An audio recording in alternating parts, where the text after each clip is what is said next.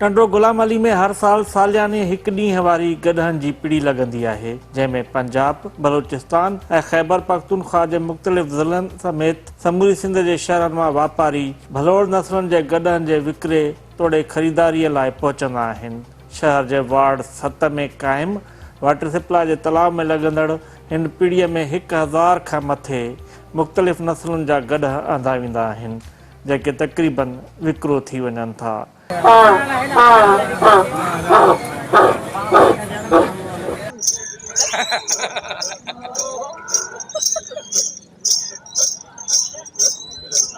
हिन साल आयल गॾहनि जे ख़फ़्तनि गॾहनि जे अघ में वाध करे छॾी।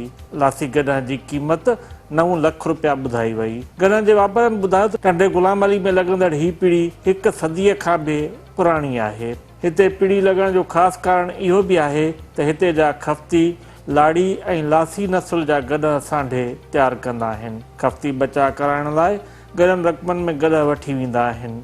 वापारियुनि ॿुधायो त ही पिड़ी एशिया जी वाहिद ऐं मुनफ़रिद पिड़ी आहे, जंहिंमें सिर्फ़ु गॾह ई आंदा वञनि था। गॾ आहियूं 2 काया आहियूं, असांखे ॾियण त रूह नथो अचे, पर ॾेतियूं आहिनि। छा मुल्ह लॻायो आहे तव्हां गॾ जो? मुल्ह त साईं हाणे असांजो त चवंदासीं मुल्ह ई कोन्हे, पर पोइ हाणे 2 लख 2.5 लख लॻे पियो। ॿिन्हिनि जो हथी करे वठा आहियूं, हाणे 5 लख। 4 नसल जा हूंदा आहिनि, हिकिड़ा ईरानी हूंदा आहिनि, हिकिड़ा पंजाबी गॾ हूंदा आहिनि, हिकिड़ा टकर बिसर हूंदा आहिनि, हिकिड़ा सिंध लाड़ जा लासी हूंदा आहिनि। घणो मुल्ह लॻंदो आहे हिते? वधि में वधि 2 लख ताईं हूंदो आहे। अच्छा, तव्हां हिते जेको ख़रीद लाइ आयो, वापार करण आयो? असीं विकिरण ईंदा आहियूं। विकिरण आया तव्हां? गॾ विकिरो कयो आहे? न, अञा विकिरो कोन हलियो। छा मुल्ह लॻायो आहे तव्हां पंहिंजे गॾ जो? मुल्ह 2 लख लॻायो। 2 लख घणा लॻी चुका आहिनि हिन वक़्त ताईं? 1.5 लख लॻो। अच्छा, हिननि जी खाद खुराक कहिड़ी आहे? सुठी आहे, बाजर जो ॾींदा आहियूं, ॾारो कड़के हूंदो आहे, जंहिंखे देव ॾींदा आहियूं, प्यारींदा आहियूं हुननि खे।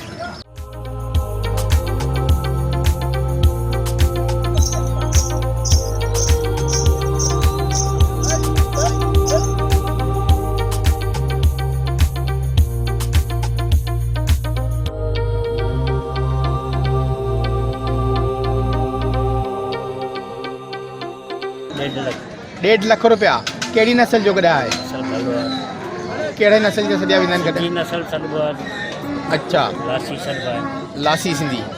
अच्छा, तो माना 1.5 लख रुपया आहे। तव्हां पिड़ी में का सहूलियत वग़ैरह का? सहूलियत पानी जी ॾुखई आहे भाई, ॿियो सहूलियत। अच्छा, पानी जी तव्हांखे तकलीफ़ आहे। घणे किलो पिया वठनि ईअं? 800 रुपया। 800 रुपया। विकिणूं बि पिया, ख़रीद बि कयूं पिया। घणा गॾा खणी आया आहियो रानीपुर खां विकिणण लाइ? 7 लख 10 को 20 को 1.5। अञा न पिया ॾियो? न पिया ॾियूं। हिननि खे ग़िज़ा कहिड़ी कहिड़ी ॾींदा आहियो तव्हां? हिननि खे ॾींदा आहियूं जव, पुत्र खाधो घणो ॾींदा आहियूं।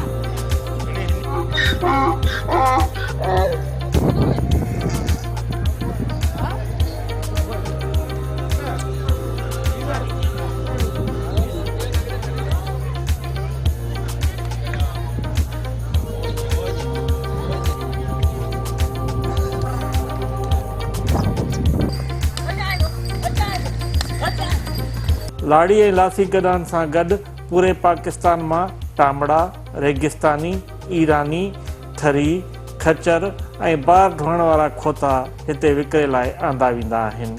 ही पीढ़ी हिकु ॾींहुं लॻंदी आहे। पीढ़ीअ में 20 रुपया दाख़िला फी ऐं 300 विकिरो कंदड़ ऐं वठण वारे जी कमीशन हूंदी आहे। पर हाणे हर साल पीढ़ी करे अघ में नीलाम करे गॾहनि जी पीढ़ीअ में दाख़िला फीस 800 वरिती पई वञे, जंहिंखे वापारी भॼाइण जी कोशिशि सम्झनि था। वापारियुनि ॿुधायो त गॾहनि खे चारे में जव, बाजर, बादाम, पिस्ता ऐं सचो गिहु ॾिजे थो।